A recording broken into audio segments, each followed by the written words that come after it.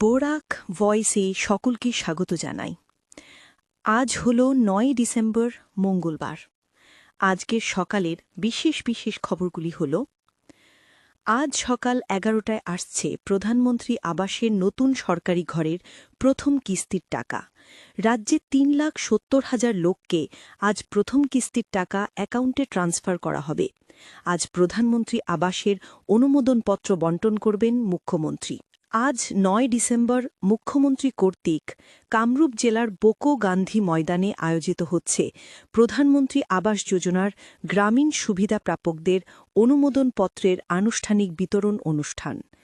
এই অনুষ্ঠান সরাসরি প্রত্যক্ষ করার উদ্দেশ্যে কাছাড় জেলা পরিষদ জেলার প্রতিটি বিধানসভা এলাকায় সম্প্রচারের জন্য বিস্তৃত প্রশাসনিক নির্দেশনা জারি করেছে। আজ রাজ্যে ৩,৭০,০০০-এর বেশি গৃহের প্রথম কিস্তির টাকা বণ্টন করা হবে। মুর্শিদাবাদের হুমায়ুন কবিরের প্রস্তাবিত বাবরি মসজিদের জন্য উপচে পড়ল দানপাত্র। মোট ১২টি ট্রাঙ্ক বস্তায় জড়া করা হয়েছে দানের টাকা। এখনও পর্যন্ত ৬টি ট্রাঙ্ক বস্তার টাকা গোনা হয়েছে বলে খবর। জানা যাচ্ছে ৬টি ট্রাঙ্ক বস্তার টাকা গোনার কাজ শেষ হয়েছে। ওই ৬টি ট্রাঙ্ক বস্তায় গোনা টাকার মূল্য ৩৭,৩৩,০০০। আরও ৬টি ট্রাঙ্ক বস্তার টাকা গোনা এখনও বাকি রয়েছে। শুধু ব্যাংকে জমা পড়েছে ২,১০,০০,০০০-এরও বেশি টাকা, দাবি হুমায়ুন কবিরের। বাবরি মসজিদের জন্য দানের টাকা গুনতে ৩০ জন লোককে নিয়োগ করা হয়েছে, দাবি হুমায়ুনের। গতকাল রাত থেকেই যন্ত্র দিয়ে চলছে টাকা গুনার কাজ। মাঝে মাঝে টাকা গুনার যন্ত্র বিকল হয়েছে, তাই আনা হয়েছে আরও একটা টাকা গুনার মেশিন। মসজিদ কমিটির যারা টাকা গুনার কাজে যুক্ত তাদের দাবি, ট্রাঙ্ক বস্তা মিলিয়ে মোট ১২টি জায়গায় টাকা নিয়ে যাওয়া হয়েছিল গুনার জন্য। শিলচর শহরের প্রাণকেন্দ্র থেকে পিস্তলসহ এক যুবককে গ্রেফতার করল টাউন পুলিশ। সোমবার সন্ধ্যায় গোলদিঘি মলের পার্কিং থেকে বরখলার বিজয়পুরের যুবককে পিস্তলসহ গ্রেফতার করা হয়। গোপন সূত্রের ভিত্তিতে শিলচর টাউন পুলিশের এক অভিযানে এই বড়সড় সাফল্য আসে।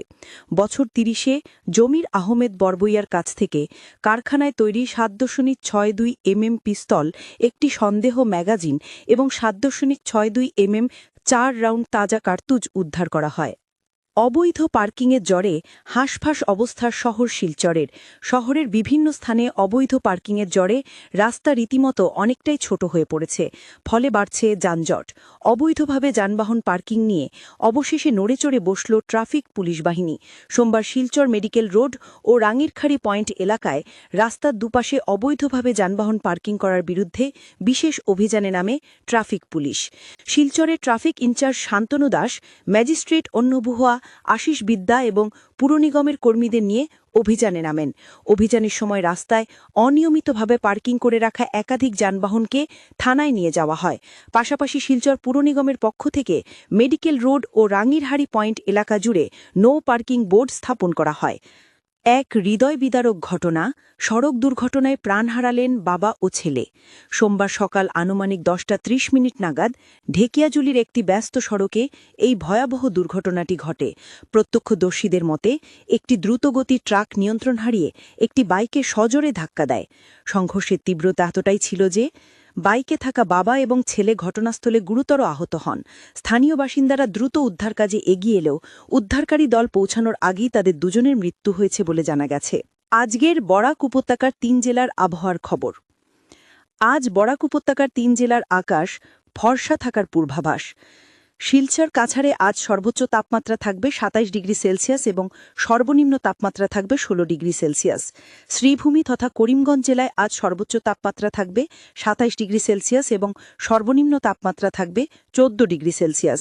হাইলাকান্দি জেলায় আজ সর্বোচ্চ তাপমাত্রা থাকবে ২৭ ডিগ্রি সেলসিয়াস এবং সর্বনিম্ন তাপমাত্রা থাকবে ১৫ ডিগ্রি সেলসিয়াস। এই ছিল আজকের সকালের বিশেষ বিশেষ খবরগুলি। ভিডিওটি অবশ্যই লাইক করে শেয়ার করে দেবেন।